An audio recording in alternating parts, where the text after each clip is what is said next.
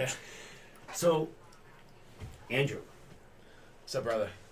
start with you. I mean, I'm not gonna, just stay with you for 10 minutes or something like that. But you got a fight Saturday. Yep. Had big your fight. first AMI fight where you had a quick knockout, and you were nominated for knockout of 2019 for Cage Titans. Yeah, that was fun. Congratulations. Thank you. Appreciate it. We haven't interviewed you before other than your post-fight win, but you got a big background in judo. So how did it start? Judo. Where did we come from with this? I came from a family that was always into martial arts, raised on the Bruce Lee movies, and one day my dad brought me to a karate gym that he wanted to check out in Cranford, New Jersey, Cranford Judo Karate Center. And I saw judo and I thought it was the coolest thing ever. It was real life ninjas. So signed up, and that was my life for the rest of my time in New Jersey.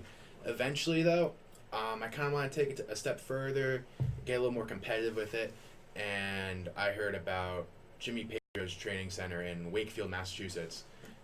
We've never had an Olympic gold medalist in America ever, and he made the first one, Kayla Harrison. And then she got a gold twice, so I was like, wow, this is the place to be. This place is awesome. This is the coach. Yeah, so I came up here and been in Massachusetts since, and I love it. I feel like a real quote-unquote mass hole now, as we call it. Awesome. How many years has it been since you started and to now, as far as your sports and martial arts? Yeah, I started judo and wrestling in 8th grade. Oh, cool. Yep, and then I moved to Massachusetts 4 years ago, so. Excellent. So judo, were you doing a lot of tournaments, competitions? We have some pictures of you doing some stuff here and Yeah. stuff. But you were here, but you're originally your home turf is New Jersey. So were you traveling from here and doing judo tournaments out of New England also, or were you just sticking around here during the time here? Yeah, when I first moved here, I was competing internationally. There was a time where we went to 3 different countries in a row. I spent a summer in Japan, made it to a world championships team in Kazakhstan. So we're competing internationally, trying to make it to try to get our rankings higher in that world ranking list. So it was something I took pretty seriously. So now that I'm competing in MMA, I'm teaching judo at St. John's Prep. It's a prep school in Danvers. I still love judo. I still teach it and train it, but I don't really compete internationally anymore, more regionally, because I'm trying to just put my hand and all my effort at MMA right now. MMA. How easy was it for you to transition from, you said you did wrestling too, so that's a big base of MMA. So how did you, how did the switch go? Yeah, it went pretty smooth. We have a pretty big jiu-jitsu program at our judo school in Wakefield as well. Travis Stevens, he's Olympic silver medalist, and Henzo Gracie, black belt. He teaches. He's been teaching Nogi there since I moved, so I've been training with him. So the transition's been really smooth, and then here and there taking Muay Thai classes, getting some boxing classes in. So feels pretty good. Excellent. How long you been with Lauzon's? How did you migrate? And now you're still all over them other gyms where your main judo is and all that other, still that main camp. How'd you get to Lauzon's? How'd you find them guys? So now Lauzon's is my main camp now. I'm probably here 4 or 5 days a week. Ooh, okay. I'd like to come more, but I still live an hour north, so it's a little tough to make it down all the time after work. But I have a friend, Kevin, and he used to train with Joe, and when I told him I wanted to get my first MMA fight in, it's something I'm really interested in, he urged me to come here, and then the rest is history. Joe's a super nice guy. In every gym I've ever been to, I try to choose a gym where the coach trains alongside of the athletes. I think that's huge, like the fact that Joe will grab us on the mat and show us the right way and stuff like that. And that's how it was with Jimmy and Travis and all the other coaches that I've had in the past. So that was something that made me think, wow, this is a cool place to be. And it's been his since then, maybe about a year now. So yep. You being a coach, is that, of course, that's more beneficial to get there and be able to demonstrate to the guy instead of just telling him. Because are there coaches out there that just tell you to kind of do it instead of rolling around with you? Of course. Is that what the hell's that like? It's cool being able to have somebody that can teach you, but also do it themselves. And there's some people that are just coaches out there. There's some people that it's kind of rare to be able to do both. Yeah. You know, be able to go out there and, like Joe showed us in Boston, you know, dominate in the UFC. Yeah. And then also be able to teach us, you know. He's really built up the gym in the last couple of years. So. Awesome. You speak Pretty about, cool. you know, Boston, you know.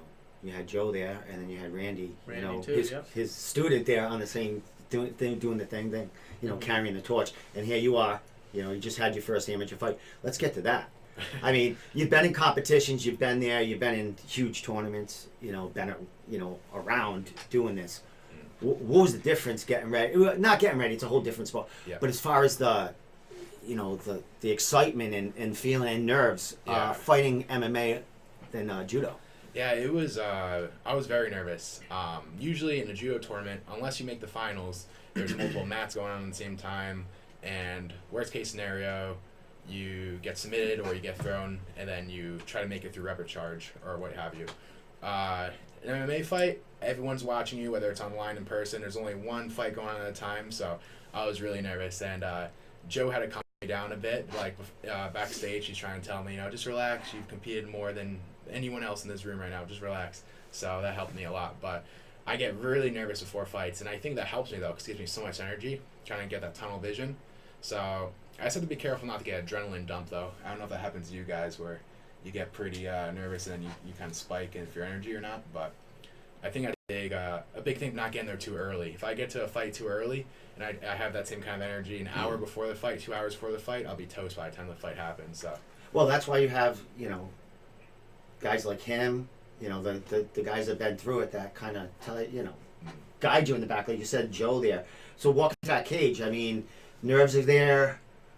I mean, you're a big guy. You fight big dudes. You know what I mean? It's MMA. It's one punch. It's a lot of and meat we'll in talk that about cage. the one punch. You know what I mean? So, you know, what's that walk like? And in Cage Titans, where all these guys, you know, and girls from Lauzon's have fought. You know? Yeah, it's cool. I think the atmosphere of the gym is everyone's really supportive. So you never feel like, oh, if I mess up, they're gonna be mad at me. It's more so like, I want to be up there with those guys. I want to be at the same level they are one day. So this is why I'm gonna try my best. It's never a sort of I'm gonna get yelled at by my coach or anything like that if I don't do the right things. But it was cool. It was a great experience. When you finally get in the cage and you're so nervous like that, or at least I am, it feels like you're playing Grand Theft Auto and someone's controlling you for a remote. It didn't feel like I was see fighting. what you mean. Yeah. It felt like someone else was fighting for me. All right, so you're in that cage and you get ready, and you have Joe behind you. Who else? Who else kind of? Joe, Mike, Rodriguez, and Randy. So.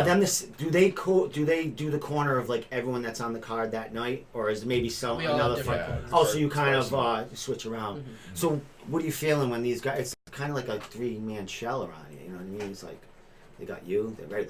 Like you said, they're guiding you along. Yeah. What are you hearing them at that point? Are they still calming you down at that, or like what's going on at that? Because now they got to kind of rev you up for the fight. You know what I mean? Or they just letting you do your thing. I think when you leave the tunnel, you kind of do your thing and it's game time. Steve Mays, our boxing coach, is putting Vaseline in my face before the fight, and he was giving me some words of wisdom, telling me to relax. You know, use basics, wins fights, all that stuff. So. But once you're out there, I think they can guide you, but you're a little bit on your own as well. Excellent. Well, before we get to Pat and then move to the other new kid on the block here. Steve's speech before when he pulls you aside and puts a Vaseline on your face before you walk in the cage, that really helps turn it on for your fight. Is that right? He says it's amazing. the perfect thing to everyone, and that's not just me saying it, not you two. That's other fighters have said that to me before out of the gym. He really knows what to say before you step in the cage. Did you see the video of Steve Mays talking to Erin before her fight too in the back room? No. Lauzon posted and stuff like that. Was that the one Nick Hylett, by the way? Oh yeah, actually yeah. Yeah. Vlog, yeah. Just give him a shout out. All the pictures and stuff I'm using tonight. Video. I have your video. Video blog? Probably. Of your fight. I have that on there. Minus music because I don't want to get shut down by Facebook. But, I was gonna put my own, but I didn't want to cross over.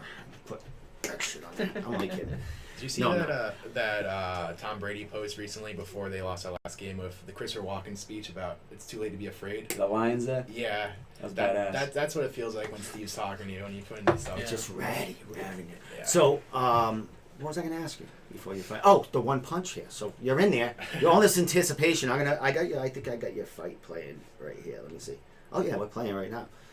Ready to go? Got this big son of a gun, the other side of you. Talk us through that. What? How many seconds did this take? I think it was called an 8-second fight, but the punch probably happened around 5.